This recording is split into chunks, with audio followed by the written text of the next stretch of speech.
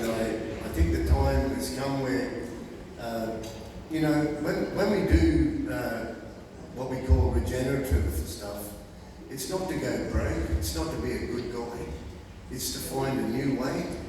And there are ways, and when you live with nature, you look to nature, and the simplicity of nature is the key.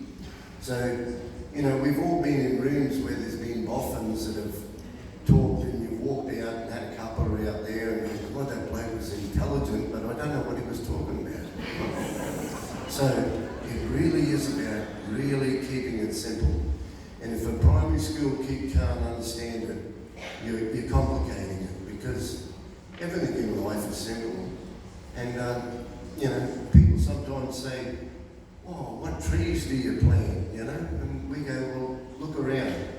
And Mulgrave Landcare is, I'm not up here on my own. We've got a beautiful team. And when it comes to my farming practice, I'm Quinto, so I won't tell you any more donkey stories. I'll run out. But, I'm the youngest of 5, and my brothers have been on the journey with me, and we've had the things like the Reef Trust Fall, which was an amazing thing that opened our eyes, gave us a bit of coin, and said, "Go and do what you're going to do." And we are basically maintaining productivity on half the synthetic fertiliser of most farmers. And the reality is, it costs money to make compost, and don't believe the spin doctors and the charlatans that tell you you can put 3 tonnes of the hectare, because it's all bullshit, okay? It really is about addressing the organic carbon.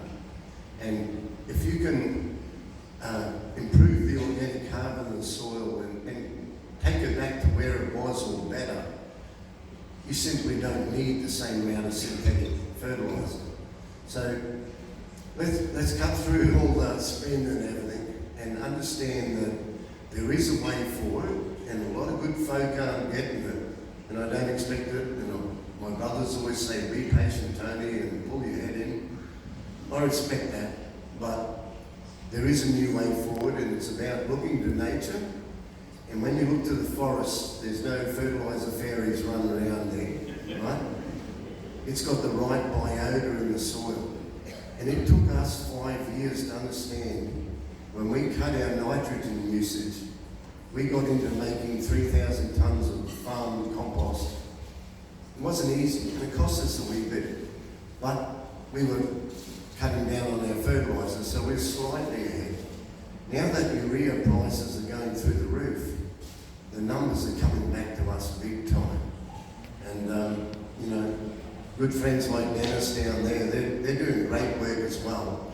They know the inputs are massive at the moment. The diesel and fertiliser costs have always made it hard for anyone on the land. So it's a bit bewildering sometimes when you cop a lot of friendly fire from your own industry that's still trying to not be proactive.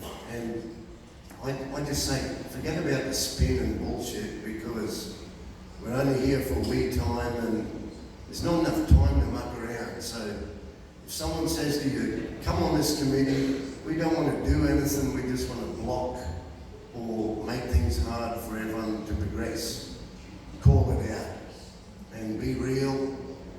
Look to the natural ways.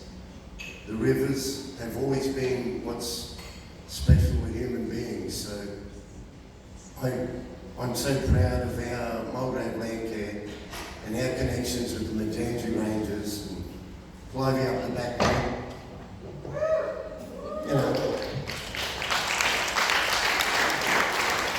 And together, and not just the Rangers, but other groups like the Men's Shed, all those guys that retired, and fell in the heat, got depressed, then start to build again. Well, that's what Mulgrave Landcare has been able to be, that real bridge. And we have so many brilliant members, and that's what's made me strong. And I look to past winners of the Prince of Wales, like Lenny Parisi, a great friend of mine, and Lenny, he